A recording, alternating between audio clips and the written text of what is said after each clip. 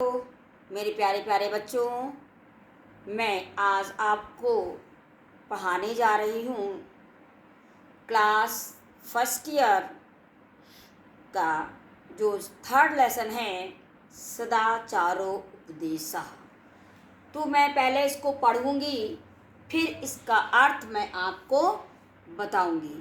तो सबसे पहले मैं शुरू करती हूँ पढ़ना। नंबर 1, संगच्छध्वं संवर्धवं संवो मनांसि जानतां देवा भाग्यं यथा पूर्वे सज्जनानाः उपासते। तो मैंने पहले पढ़ा। अब इसका अर्थ बताने से पहले सभी लोग कैसे संदर्भ लिखा जाता है इसको जानेंगे। तो संदर्भ लिखते हैं। सबसे पहले डालेंगे संदर्भ और लिखना शुरू करेंगे। प्रस्तुत श्लोक हमारी पाठ्य पुस्तक संस्कृत दिग्दर्शिका के सदाचारो उपदेशा नामक पाठ से लिया गया है। अब इसके बाद लिखेंगे अनुवाद। क्या लिखेंगे? अनुवाद। तो पहले शब्दों का अर्थ बताते हैं। सबसे पहले संगच्छध्वम्, इसका अर्थ होता है साथ साथ चलो। फिर है वध्वम्, बोलो। जानताम, जानो।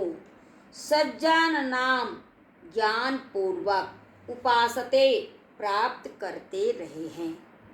अब इसका अनुवाद देखिए।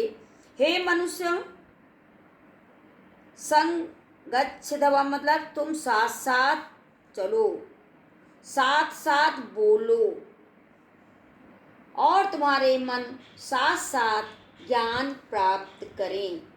जिस प्रकार प्राचीन काल में देवगण पूर्वज अपने भाग को ज्ञान पूर्वक प्राप्त करते रहे हैं।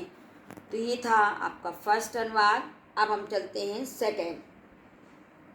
कुर्नेवेह कर्माणि जिजीविषेच्छतां समः एवं त्वयि नानित्यथेतो अस्ति न कर्म लिप्यते नरेः। अब इसका अनुवाद बताते हैं। संदर्भ बता चुके हैं आपको। कुर्वन्नेव मतलब कार्य करते हुए भी, जिजीविषेच्छतं समः मतलब जीने की इच्छा करें, यानी कब तक? 100 वर्षों तक। त्वयं तुमको लिप्यते मीन्स लिप्त नहीं होंगे। तो देखिए, इस संसार में कार्यों को करते हुए 100 वर्ष तक जीवित रखने की इच्छा करनी चाहिए। ऐसा करते हुए तुझे विपरीत गति की प्राप्ति नहीं होगी और तुम कर्म में लिप्त नहीं होगे। कर्म तुमको अपने बंधन में नहीं बांधेगा। तो ये था आपका सेकंड। अब आइए थर्ड। मधुमन में निष्कर्मणम मधुमन में परायणम वाचा वदामि मधुमल भूयांसम मधुश्रदसः। तो अब देखिए अनुवाद इसका बताते हैं।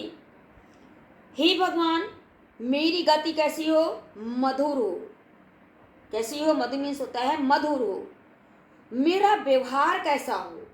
मेरा व्यवहार भी मधुर हो और मैं मधुर वाणी बोलूं और मेरी दृष्टि भी मधुर ही हो, अर्थात बुरी दृष्टि से किसी को ना देखूं। तो हमने आज आपको 3 अर्थ बताए और शायद समझ में आ गए होंगे। थैंक यू बच्चों।